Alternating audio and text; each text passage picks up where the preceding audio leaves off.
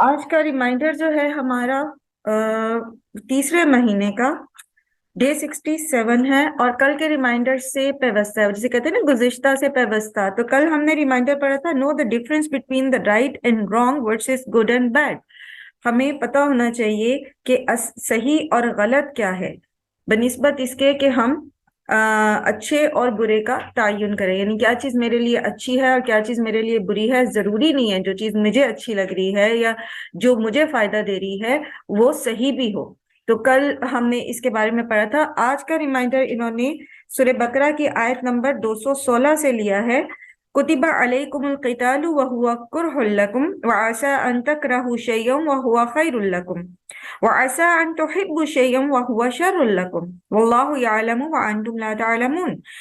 تم پر قتال فرض کر دیا گیا ہے اور تم اسے ناپسند کرتے ہو، اور ہو سکتا ہے کہ ایک چیز جسے تم ناپسند کرتے ہو اس میں تمہارے لیے خیر ہو، اور ہو سکتا ہے کہ ایک چیز جسے تم پسند کرتے ہو اس میں تمہارے لیے شر ہو، اور اللہ بہتر جانتا ہے اور تم نہیں جانتے. اس سے انہوں نے ریمائنڈر یہ لیا ہے کہ whatever is considered or felt good is not necessarily right, and whatever is considered or felt bad is not necessarily wrong. یعنی جو چیز آپ کو اچھی لگتی ہے ضروری نہیں ہے کہ وہ درست بھی ہو، اور جو چیز آپ کو بری لگتی ہے ضروری نہیں ہے کہ وہ غلط ہو. Do the right. اب چوائس کیا ہے کہ اچھے برے کی بجائے صحیح کو چنیں، جو صحیح ہے وہ چنیں. Happiness comes from knowing and doing the right.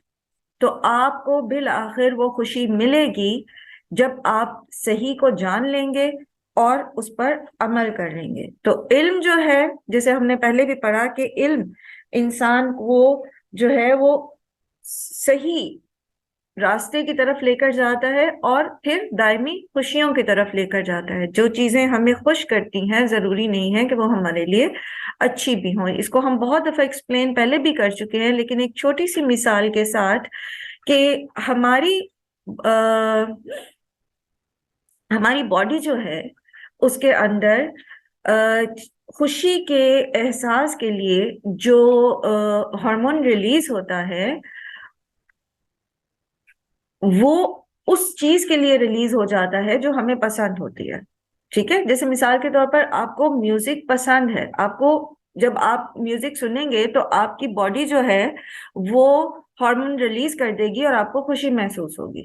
ٹھیک ہے، تو آپ کو لگے گا کہ آپ خوش ہیں، حالانکہ اصل میں آپ خوش نہیں ہیں. اصل میں وہ چیز جو آپ کو پسند ہے اور وقتی طور پہ آپ کو خوشی دے رہی ہے وہ آپ کو اس خوشی کی نسبت زیادہ نقصان پہنچا رہی ہے. ٹھیک ہے، اسی طرح دیکھیں جو لوگ شراب پیتے ہیں یا سگریٹ نوشی کرتے ہیں، وہ سگریٹ پیتے ہیں جب تو اسموکنگ کرتے ہیں تو کیا ہوتا ہے، چونکہ ان کو پسند ہوتی ہے وہ چیز تو ان کو خوشی ملتی ہے، اور ان کو لگتا ہے کہ وہ ٹینشن ان کی جس کی وجہ سے وہ اسموکنگ کر رہے تھے وہ ریلیز ہو گئی ہے. حالانکہ آپ خود جانتے ہیں کہ وہ بالکل ایک عارضی احساس ہوتا ہے، مسئلہ اپنی جگہ موجود رہتا ہے، اور پھر جب وہ اس کا نشہ ختم ہوتا ہے اسموکنگ کا تو وہ دوبارہ سے انسان اسی تکلیف میں چلا جاتا ہے، اور اس کے ساتھ پھر فزیکلی جو تکلیف ہے اس کو ہو رہی ہوتی ہیں وہ تو زیادہ ہے، وہ تو ظاہر بھی ہے. تو آپ اس چیز کو سمجھ رہے ہیں کہ خوشی کا تعلق صحیح ہونے سے نہیں ہے. اسی طرح تکلیف محسوس کرنے کا تعلق غلط سے نہیں ہے. ہو سکتا ہے ایک چیز آپ کو تکلیف دیتی ہے، جیسے سورہ کہف میں ہم نے پڑھا تھا کہ جو بچہ چھوٹی عمر میں جس کو خضر علیہ السلام نے قتل کر دیا تھا، تو بظاہر وہ کتنی بڑی تکلیف دہ چیز تھی.